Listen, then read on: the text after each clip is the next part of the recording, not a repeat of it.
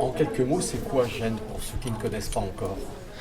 Alors pour ceux qui ne connaissent pas Gênes, Gênes c'est un événement qui consacré plutôt aux professionnels, je dis plutôt parce que je vais y revenir, qui dure 2 jours, qui se passe les 9 et 10 septembre, donc jeudi 9 et vendredi 10 septembre à Metz, au centre des congrès qui est collé à la gare TER-TGV.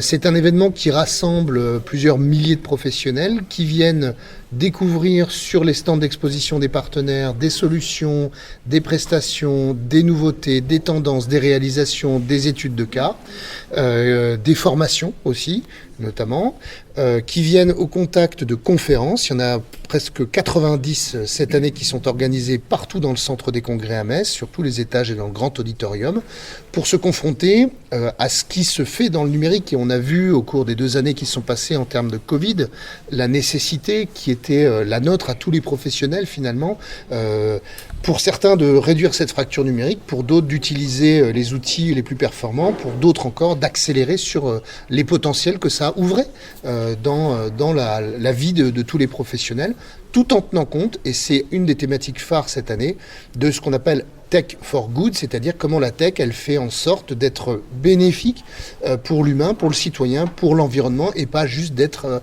un outil de plus de destruction. Un salon essentiellement professionnel, mais avec des thèmes qui concernent aussi le grand public, par exemple la cybersécurité ou ce que les géants de l'Internet font de nos datas. Tout à fait, et ce sera l'objet d'ailleurs d'une conversation avec le DG de Google, parce qu'on va parler data avec lui, mais pas que avec lui, on va effectivement en parler un petit peu de tout ça. Une partie d'ailleurs de ces conférences sera accessible en ligne, il y a un format hybride, donc on peut avoir un billet uniquement pour suivre certaines conférences en ligne. Le programme est en ligne à ce sujet-là. Des conférences qui vont concerner le grand public en tant que tel, il y a toujours quelque chose à ressortir quand on est un professionnel, même quand on a une casquette grand public à ce moment-là. Mais je confirme qu'effectivement, ça nous concerne tous. Toutes et tous. Cette année à Gênes, il y a pas mal de nouveautés. Il y a notamment le fait que l'événement passe sur 2 étages, le fait qu'il y a un petit village industrie qui se crée pour parler industrie et numérique. Il y a un certain nombre de grands intervenants qui viennent, et on en sait 3 supplémentaires aujourd'hui. La directrice générale d'Amazon à Oni qui prendra la parole pour présenter un petit peu les dispositifs, comment on peut profiter d'Amazon pour faire du e-commerce, et puis aussi nous présenter la partie logistique de la chose. On a un directeur général de Google France qui va venir nous parler de la vision de l'avenir que peut avoir Google, ou que a Google, donc on parle de court et de moyen terme.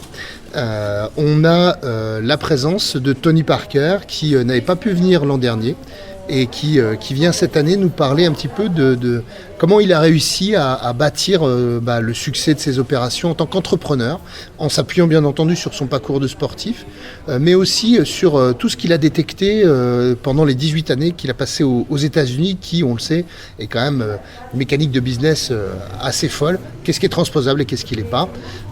Parmi les nouveautés, en voici une partie. Nous, ce qu'on veut, c'est que ce soit un événement ouvert, responsable, voire éco-responsable, et inscrit dans son temps. Et aujourd'hui, ce temps-là social fait partie de la vie des événements professionnels. Donc les chômeurs bénéficient d'un tarif extrêmement amoindri. Le vendredi après-midi est ouvert gratuitement aux étudiants, aux porteurs de la carte étudiant, pour venir découvrir les exposants qui cherchent aussi à les rencontrer, ces personnes, pour les avoir en stage, pour leur proposer des emplois, etc. Mais aussi pour les conférences et suivre des conférences qui les intéressent. Les collégiens, il y a un dispositif qui est en place, qui est un dispositif un peu masqué, parce que ça fait partie des choses on n'est pas forcément là pour en faire de la promotion, mais ce qu'on veut, c'est se tourner vers les jeunes, vers cette génération-là, et essayer de réussir une transmission de l'envie d'entreprendre, de l'envie de réussir, mais de l'envie responsable de le faire en tenant compte des risques, des conséquences, des tenants et des aboutissants.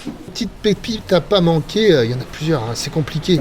On a sur les grands speakers, déjà, je vais en prendre 2-3, on a Dheeraj Mukherjee, qui est le fondateur de Shazam, qui va venir nous raconter cette épopée qui est partie d'une idée pour devenir l'une des applications les plus téléchargées et utilisées tous les jours au monde, des centaines de milliards d'utilisateurs l'utilisation de cette application chaque année. Et le personnage est une crème, il est formidable. On va avoir Alexandre Mars de l'autre côté qui va nous dire, écoutez, que vous ayez 1 euro ou que vous ayez 100 milliards d'euros, vous pouvez investir, mais investir en faisant en sorte d'être bon pour l'humain, la fameuse Tech for Good. On va avoir à l'opposé, on va avoir une conférence d'une personne qui est en situation de handicap assez lourd, qui s'appelle Maxime Viry, qui va venir nous montrer qu'en fait, les personnes handicapées, quel que soit leur handicap, on peut faire de l'inclusif pour eux. C'est à la fois un marché, mais aussi c'est des gens qui sont en attente, qui sont des consommateurs d'informations, de jeux vidéo, de produits, etc. Donc il va venir parler de ça.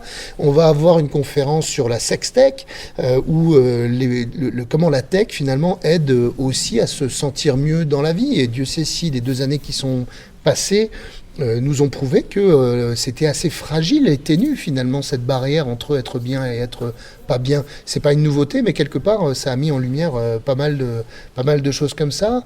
On va avoir une conférence qui va nous expliquer comment on vend sur Facebook. Ça c'est pour ceux qui ont des entreprises, qui ont des pages et des communautés, mais qui ne l'utilisent pas forcément de cette manière-là.